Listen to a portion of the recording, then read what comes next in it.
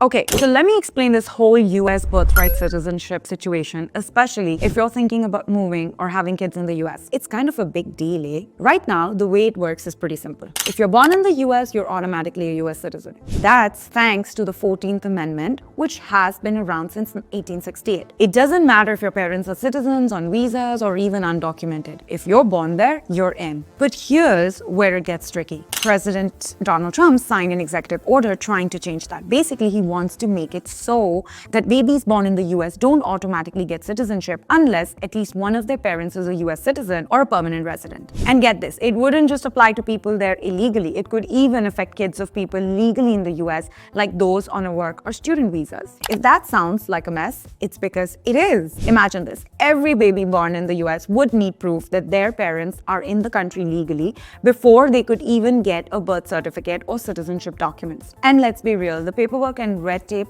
that would create would be insane. Not just for immigrants, but for everyone. Now, can Donald Trump actually do this? Probably not, at least not through an executive order. Birthright citizenship is part of the Constitution, and changing that would take a constitutional amendment or a big Supreme Court decision. It's not something you can just sign into law overnight. But even if this order doesn't hold up in court, the fact that it's even being pushed is enough to make a lot of people nervous. It's creating fear for immigrants. Imagine being on a visa and not knowing if your child would even have a legal status if they're born in the US. And don't even get me started on the idea of restricting visas for pregnant travelers. At the end of the day, this is all part of a bigger push to make immigration harder, plain and simple. It doesn't actually solve anything, but it sure makes life more complicated for people trying to do things the right way. So, if you're an immigrant or thinking about moving to the US, this is something to keep an eye on. Talk to an immigration expert, stay informed, and make sure you know your rights. Because these kinds of policies can make things confusing fast. Your consultant and partner in this journey, Shefali Kapoor.